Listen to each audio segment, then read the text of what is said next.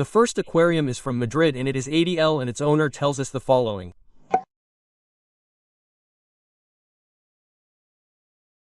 Well, we start with the Ramirez. He sends us a photo of the Ramirez and look, it is really cool.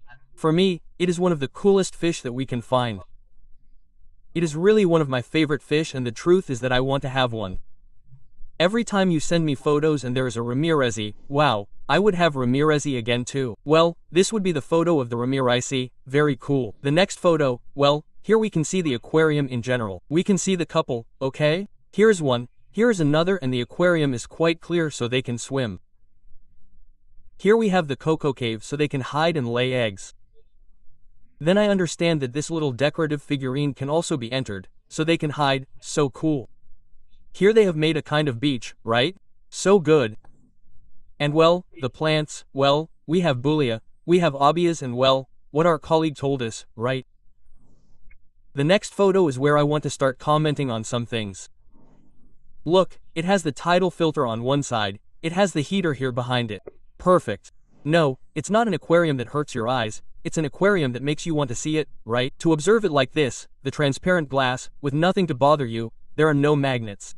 The thermometer is here on one side at the back. Perfect. This is a proper aquarium.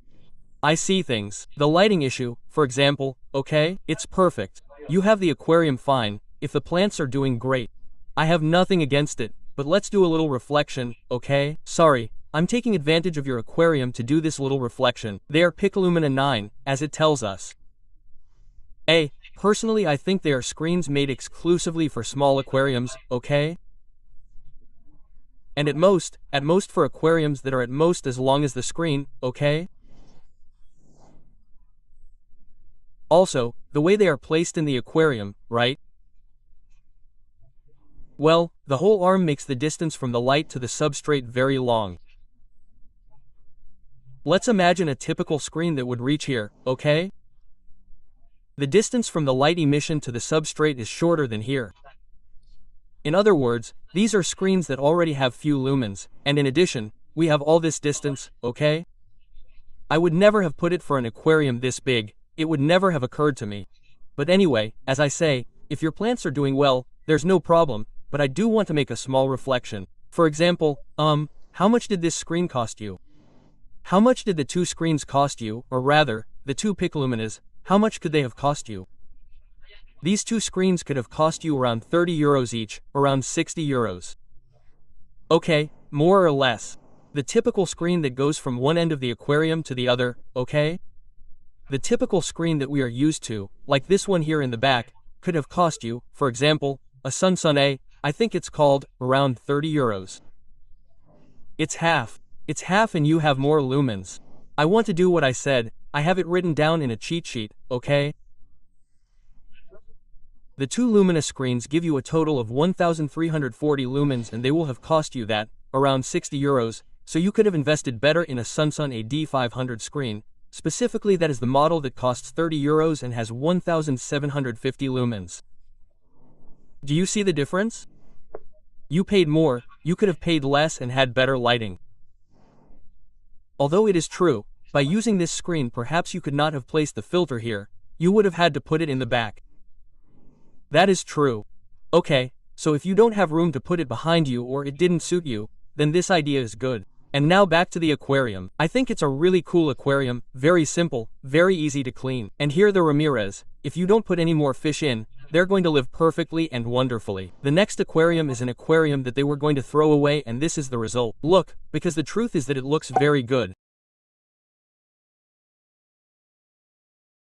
And well, this is the aquarium. Look, huh? Well, that's it. They've turned it into an aquaterrarium. It's very good. I can see that there are details. I hadn't noticed.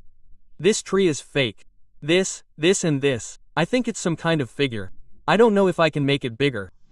There it is, some kind of figurine that, well, it looks good. It's interesting, isn't it? And the truth is that I really like the transformation of an old aquarium into this. Seriously, huh? Do you know what I feel like?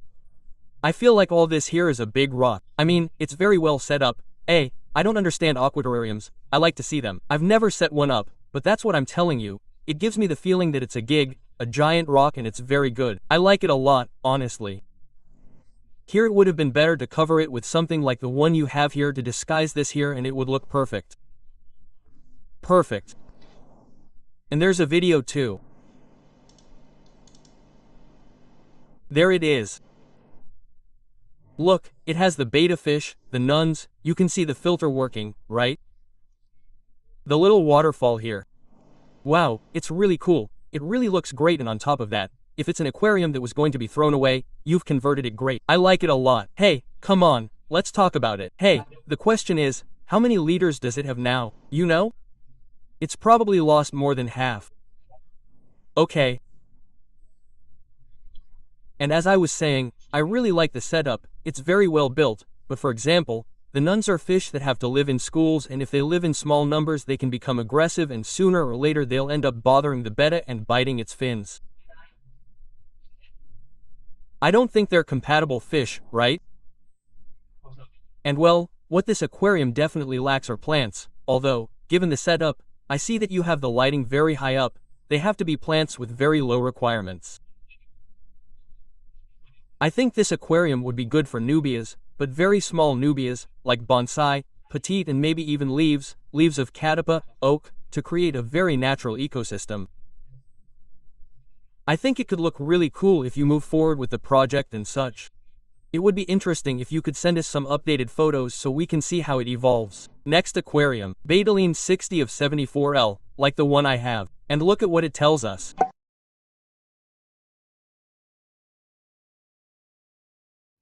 You have the same aquarium as me, you change the same water as me, you have the same filter as me, in other words, it's practically a copy of my aquarium, but with a different setup, okay? So, the nitrate issue may be that you have too many species, that is to say, the equipment, not counting the heater and the skimmer, the equipment, the filter for changing the water and such, is exactly the same as mine, and the only thing that changes are the fish. I think you have too many fish, and that's why you have that nitrate spike. Another option that occurs to me, for example, is that you feed the fish too much, there are leftover food that are not eaten and are scattered around the aquarium and start to decompose, and you have a spike. That's why, if we're looking for a little something extra, I wouldn't put the drunkards in aquariums smaller than 100L, as you know, I always say it. However, the Inesia here are very good, I like them a lot. I would prefer to put a small school of Anesi here alone, and that's it. I also see that you have a small shrimp here that looks like it's ovate. Look, it gives that impression, doesn't it? It looks like it's ovate there. Well, it's an aquarium that I really like. Okay, it's easy to clean, especially here by the beach. It's really cool, really. I'm sure your daughter is having an incredible time with this aquarium. The next aquarium, a 120L aquarium. Well, here we can see the aquarium. It's very, very long, so the drunkard fish, for example, are great for swimming. They're perfect. I would perhaps enlarge that school of drunkards a little more so that they can swim all over the aquarium and you can enjoy it yourself. As for angelfish, you have 3, okay? So the size of your aquarium is the maximum it allows. Don't put more angelfish. As for the runners, they like to be in groups. I would put a few more, okay? 5, 6, that you have a good group. I also see that it has sandy substrate and such, so this aquarium will do very well for them. And then regarding the Tetranesi, be careful because once the angelfish are big, they are adults, they say that they can destroy the tetras. I have seen some photos, but I have not seen them in person, but as I said, I have seen photos of angelfish attacking the tetras. You know, big mouth fish eat the smallest fish, right? Regarding the plants, they look good, okay? Regarding the lighting, I imagine that you have the lighting of the typical kit, right? This is still a kit, but they look good, the plants look good, right? I think it looks good, don't touch anything. What I will tell you is the filter. Internal filter for aquariums larger than 60L, I do not recommend it, okay? But for aquariums larger than 100L, I always recommend. External filters, okay? I'm not saying it's going badly for you, but you already have a significant number of fish here, angelfish are very large. I would definitely use an external filter. I'm not even talking about a waterfall filter because the type of lid on the aquarium might require cutting or making some modifications. I would recommend an external filter. If you want to improve in the future, Christmas is coming, get an external filter. And I think that for the liters you have, an E902 filter or the superior one from JBL would be perfect for this aquarium. The next aquarium is even bigger, 200L, and it's from Mexico.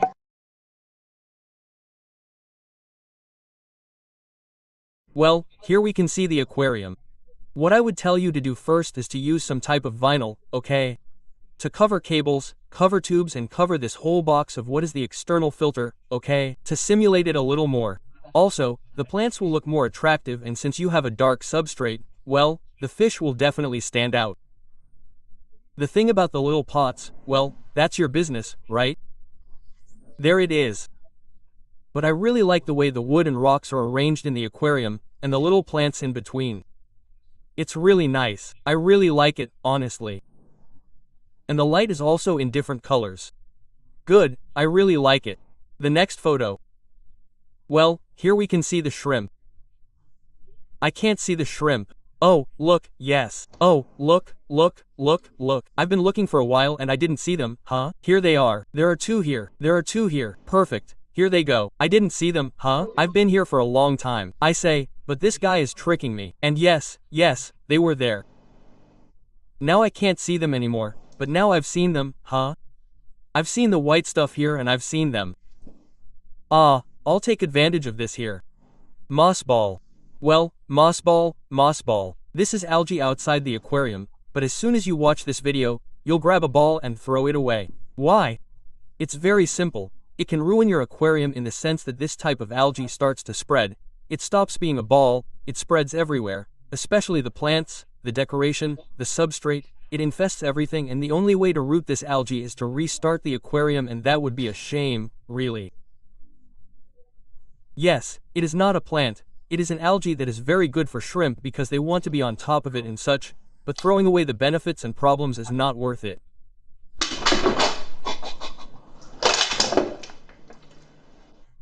You don't know what I just did. I hit the bottle. The cap was not closed properly and I spilled all the water. Give me a second because the computer is next to it. I'm just getting angry. It's because of the chrysoprase wedding, huh? Seriously, you know what happened? I hit it. I saw that it got stuck between the tower and the wall and I said, okay, now I'll get it. But I started to hear the water falling and of course, look, there was a little bit left. Thank goodness. But anyway, now to your health, I'm going to drink it. Well, I think it's clear that the moss ball was out, right? I think that here perhaps a vinyl would also help you to make the plants look more attractive and the shrimp too. And here we have the other aquarium, okay? So you wouldn't put fish in either of these two aquariums. If they are shrimp, that is, if they are shrimp tanks, they are aquariums dedicated to shrimp. Enjoy those shrimp that breed, that reproduce, that invade the aquarium, and you will enjoy them very much. Apart from this, for example, this aquarium is not very well planted. It has no hiding places. The shrimp will either end up eaten or they will be terrified, hiding anywhere, and you will not be able to see or enjoy them. Leave these two aquariums as shrimp tanks and you will enjoy the shrimp much more. And to finish the last aquarium, we reduced the liter capacity to a 45L aquarium.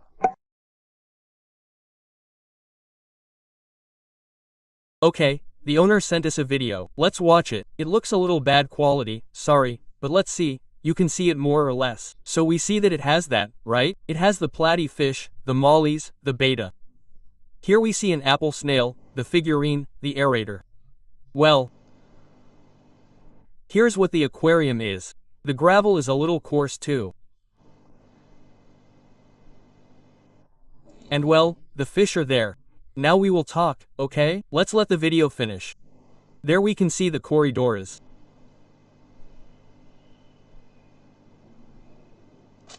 Okay, now there's no mystery. Okay, first of all, you have to confirm that you have overpopulation, okay? You have too many fish for this 45L. In fact, mollyfish require slightly larger aquariums, at least 100L, since they are fish that grow a little twice as much as a guppy or a platy. Okay, so, seeing how you have the aquarium and that you told me that you are going to have a larger aquarium, what would I do? I would take them all out, set up the 200L aquarium, whatever they are. They were 200L, you told me. Yes, 250. What I would do is set up that aquarium, cycle it and everything perfectly and move all the fish that you have in this aquarium to the 250L, okay? And here in the 45L, leave only the betta aquarium.